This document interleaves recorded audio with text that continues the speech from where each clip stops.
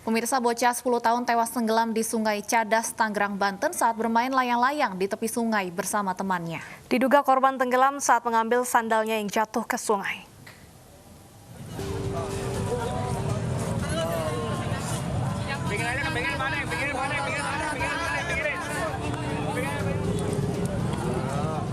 Pencarian Rafli, anak berusia 10 tahun yang tenggelam di Sungai Cadas, Kecamatan Sepatan, Kabupaten Tangerang ini, membutuhkan waktu 5 jam.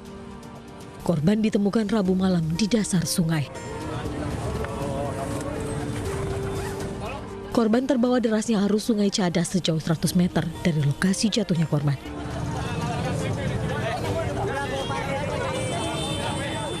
Jenazah selanjutnya dibawa ke Rumah Sakit Umum Daerah Tangerang untuk diotopsi. Itu awalnya kan ada yang kecebur sendalnya di kali. Nah, terus dia mau ngambil itu sendal yang kecebur itu. Jadi karena nggak bisa berenang, nyebur aja dia tenggelam. Rafli tenggelam setelah sendalnya terjatuh saat bermain layang-layang di bantaran Sungai Cadas. Saat kejadian, korban bermain bersama 3 orang temannya. Dari Kabupaten Tangerang, Banten, Aimarani, iNews melaporkan. Pemirsa, aparat BNNP Jawa Timur menggerebek sebuah ruko di Surabaya yang dijadikan gudang penyimpanan narkoba asal Malaysia. Sedikitnya 8 kg sabu yang disamarkan dalam ratusan kemasan kalsium tumbuhan disita petugas.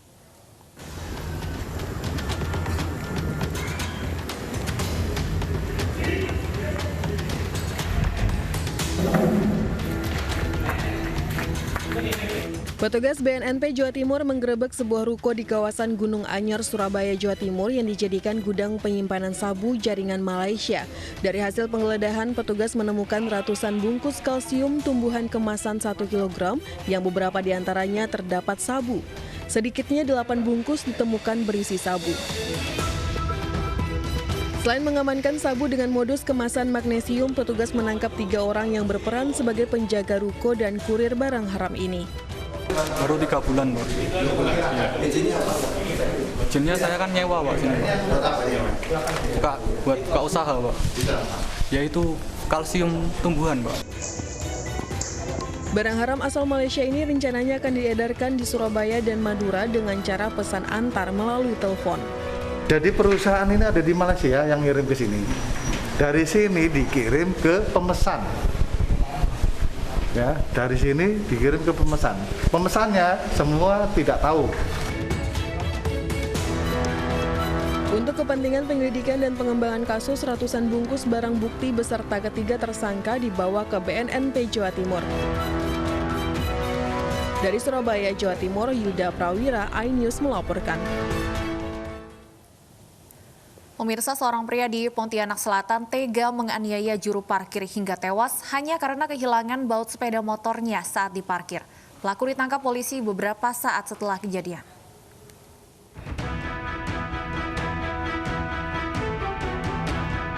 TN hanya bisa menyesali perbuatannya usai ditangkap tim Satreskrim Polsek Pontianak Selatan karena menganiaya Normanto Jondro alias Apek dengan senjata tajam hingga tewas.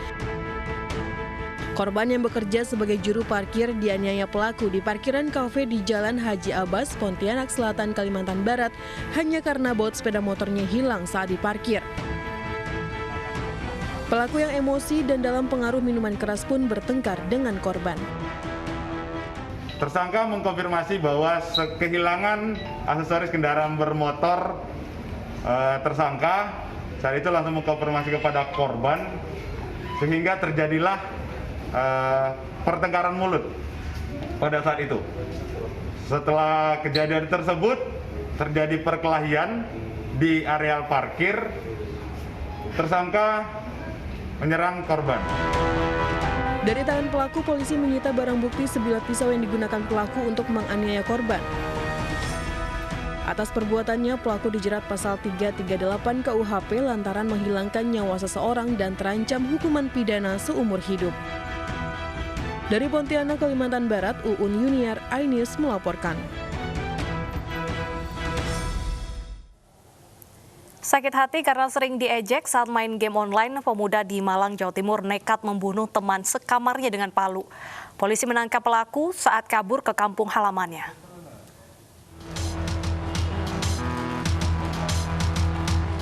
MI pemuda 18 tahun ini ditangkap tim Satreskrim Polresta Malang Kota 36 jam setelah membunuh RD 22 tahun teman sekamarnya sekaligus teman kerjanya di bengkel AC. Pertemanan dua pemuda sekampung asal Jabung, Kabupaten Malang ini pun berakhir tragis hanya karena saling ejek saat bermain game online. Sakit hati sering diejek karena kalah saat main game online. Pelaku nekat menganiaya korban dengan palu hingga tewas dengan luka di kepala, pundak, dan dadanya.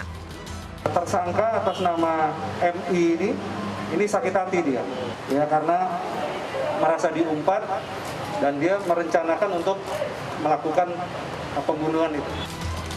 Dari lokasi kejadian di tempatnya bekerja, polisi menyita palu yang digunakan pelaku dan sejumlah barang bukti lainnya. Akibat perbuatannya, pelaku dijerat dengan pasal 338 dan terancam hukuman maksimal 15 tahun penjara. Dari Malang, Jawa Timur, Dedi Irwansyah, iNews melaporkan. Pemirsa, jangan sekali-kali Anda meninggalkan surat-surat berharga di mobil. Bermodus jadi pembeli dan test drive, seorang pria membawa kabur mobil di kota Bandung. Untungnya polisi menangkap pelaku di Garut setelah tersasar saat akan menjual mobil ke dealer.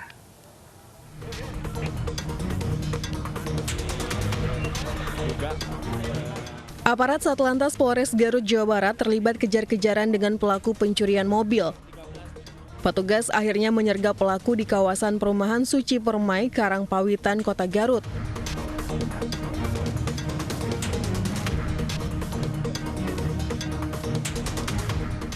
Pelaku ditangkap setelah tersasar saat akan menjual mobil hasil curiannya ke salah satu dealer mobil.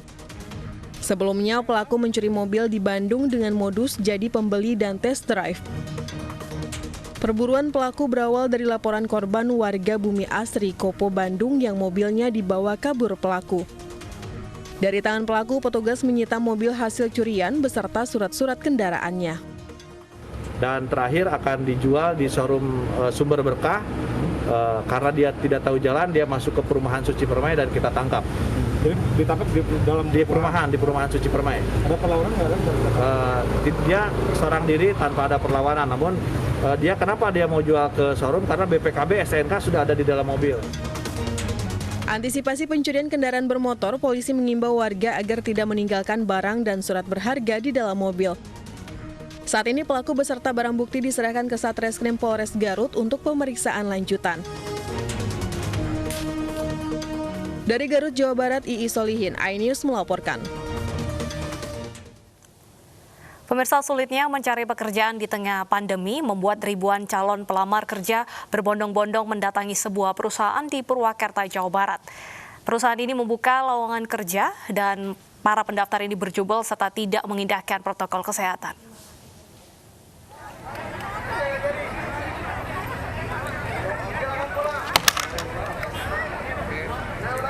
Sejak pagi hari, ribuan pencari kerja terus memadati halaman depan pabrik Metro Pearl Indonesia yang memproduksi sepatu di Desa Bunder, Kecamatan Jatiluhur, Kabupaten Purwakarta, Jawa Barat. Warga terus berdesakan untuk menyerahkan surat lamaran kerja hingga akhirnya semakin tidak terkendali. Pihak kepolisian sektor Jatiluhur Purwakarta akhirnya membubarkan paksa proses penerimaan tenaga kerja ini karena khawatir memicu penularan COVID-19. Para calon pencari kerja pun berangsur membubarkan diri. Akibatnya jalan menuju lokasi perusahaan hingga Jalan Raya Jatiluhur sepanjang sekitar 200 meter dipadati pelamar.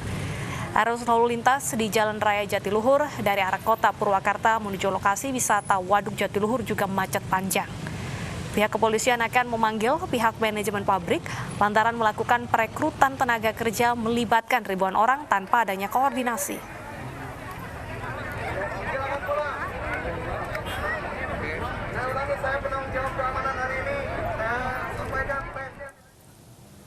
Pemprov DKI Jakarta memutuskan menerapkan kembali pembatasan sosial berskala besar pada 14 September mendatang.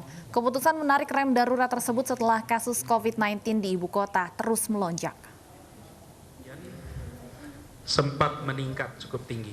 Gubernur DKI Jakarta Anies Baswedan dalam keterangan persnya Rabu malam menyatakan keputusan menerapkan PSBB seperti tahap awal berdasarkan 3 indikator yang meningkat, yakni angka kematian, kapasitas tempat tidur isolasi, dan kapasitas ICU yang semakin menipis. Pemprov minta warga kembali beraktivitas di rumah, kegiatan perkantoran, ibadah, dan lainnya juga dilakukan di rumah. Pemprov DKI Jakarta hanya memperbolehkan 11 bidang esensial beroperasi seminimal mungkin. Disimpulkan bahwa kita akan menarik rem darurat, yang itu artinya kita terpaksa kembali menerapkan pembatasan sosial berskala besar seperti pada masa awal pandemi dulu. Bukan lagi PSBB transisi, tapi kita harus melakukan PSBB sebagaimana masa awal dulu, dan inilah rem darurat yang harus kita tarik. Jadi prinsipnya mulai Senin tanggal 14 September, kegiatan perkantoran yang non-esensial diharuskan untuk melaksanakan kegiatan bekerja dari rumah. Bukan kegiatan usahanya yang berhenti, tapi bekerja di kantornya yang ditiadakan. Kegiatan usaha jalan terus, kegiatan kantor jalan terus, tapi perkantoran di gedungnya yang tidak diizinkan untuk beroperasi. Akan ada 11 bidang esensial yang boleh tetap berjalan dengan operasi minimal. Jadi tidak boleh beroperasi seperti biasa, tapi dikurangi. Dan perlu saya sampaikan bahwa izin operasi pada bidang-bidang non-esensial yang dulu mendapatkan izin akan dievaluasi ulang untuk memastikan bahwa pengendalian pergerakan kegiatan, baik kegiatan usaha maupun kegiatan sosial, itu tidak menyebabkan penularan. Lalu seluruh tempat hiburan, tempat-tempat hiburan akan ditutup. Kegiatan yang dikelola oleh Pemprov DKI seperti Ragunan, Monas, Ancol, taman-taman kota, dan kegiatan belajar tetap berlangsung di rumah seperti yang sudah berlangsung selama ini. Kegiatan usaha makanan, rumah makan, restoran, kafe, diperbolehkan untuk tetap beroperasi, tetapi tidak diperbolehkan untuk menerima pengunjung makan di lokasi. Jadi pesanan diambil, pesanan diantar, tapi tidak makan di lokasi, karena kita menemukan di tempat-tempat inilah terjadi interaksi yang mengantarkan pada penularan. Khusus untuk tempat ibadah akan ada sedikit penyesuaian. Tempat ibadah bagi warga setempat masih boleh digunakan asal menerapkan protokol yang ketat. Artinya, rumah ibadah raya yang jamaahnya datang dari mana-mana, bukan dari lokasi setempat seperti masjid raya, tidak dibolehkan untuk dibuka, harus tutup. Pemirsa, pemerintah Kabupaten Garut, Jawa Barat meminta polisi menindak paguyuban Tunggal Rahayu yang mencetak uang sendiri dan mengubah lambang Garuda Pancasila. Tindakan ormas tersebut dipastikan melanggar undang-undang.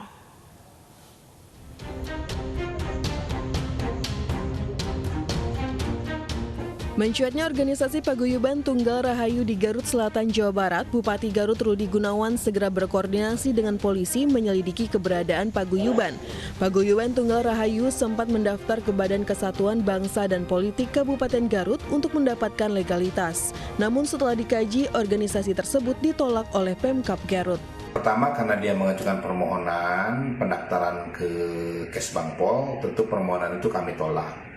Nah, berdasarkan daripada dokumen yang ada, kami melakukan penyelidikan lah terhadap apa yang mereka maksud dengan menggunakan lambang Garuda dengan modifikasi. Dan itu ada Undang-Undang 24/2009 tentang bendera, bahasa, dan lambang negara.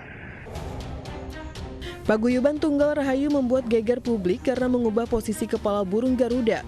Paguyuban ini juga menambah kalimat Sonata Logawa pada semboyan bangsa Indonesia Bhinneka Tunggal Ika. Tak hanya itu, paguyuban ini juga membuat mata uang sendiri dengan gambar pimpinan organisasi. Selain itu, di Kabupaten Garut diduga anggota paguyuban tersebar di Majalengka, Tasikmalaya hingga Kabupaten Bandung. Dari Garut, Jawa Barat, Ii Solihin, iNews melaporkan. Selain mencetak uang sendiri, ormas paguyuban ini membuat geger karena mengubah posisi kepala burung Garuda sebagai lambang negara dan mengganti semboyan Bhinneka Tunggal Ika. Dan untuk membahasnya bergabung bersama kami Kasat Reskrim Polres Garut AKP Maradona Armin Mapaseng. Selamat siang Pak Armin. Selamat siang Mbak Deva, Mbak Stefani. Baik Pak Armin, apa saja sebenarnya sejauh ini pelanggaran undang-undang yang dilakukan oleh ormas paguyuban berdasarkan investigasi dari pihak polisian?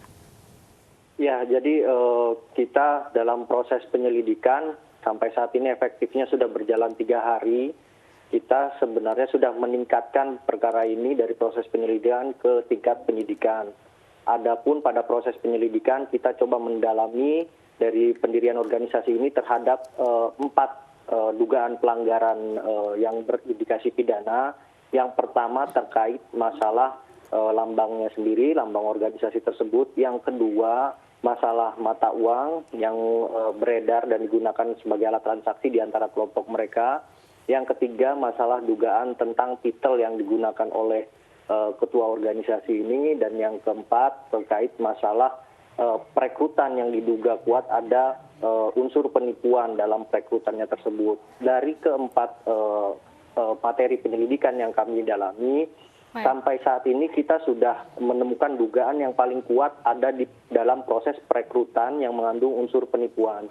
Sedangkan untuk 3 dugaan lainnya seperti mata uang, masalah lambang, dan juga masalah titel, itu kita membutuhkan waktu lebih lagi untuk memeriksa ahli terlebih dahulu. Sedangkan untuk perkara penipuannya, kami yakini bahwa di sini dugaannya sudah kuat dikarenakan para korban ini diiming-imingi dengan modus yang variatif. Ada yang dijanjikan pekerjaan, ada yang dijanjikan deposito emas, ada yang dijanjikan akan terbayar hutangnya, sehingga dia tertarik.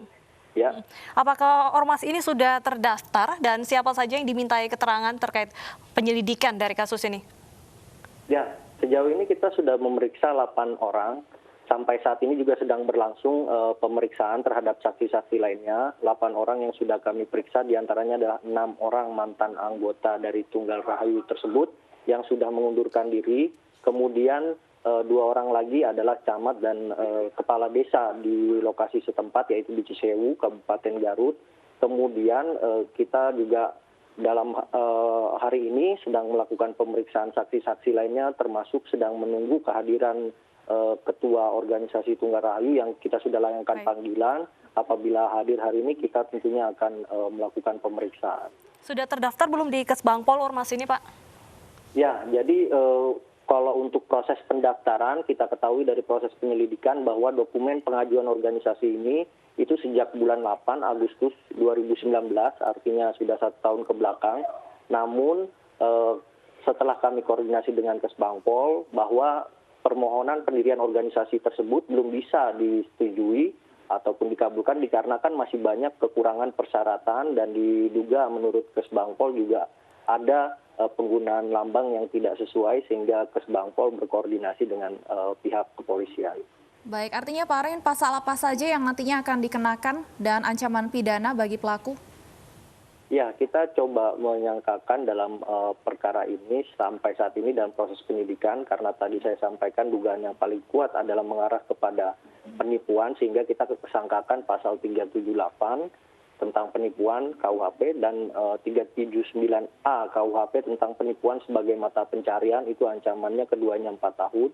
Dan dalam prosesnya juga kita sedang mendalami terkait masalah Undang-Undang Mata Uang, Undang-Undang Nomor 7 Tahun 2011 pada pasal 33 dan pasal 34 dengan ancaman 1 tahun. Kita juga coba mendalami masalah lambang negara, yaitu Undang-Undang Nomor 24 Tahun 2009 di pasal 68 dan 69 masing-masing ancamannya 4 tahun dan 1 tahun. Itu yang sedang kita dalami, namun perlu pemeriksaan ahli terlebih dahulu. Baik, terima kasih atas penjelasannya Pak Armin. Semoga kasus ini bisa segera ditangani.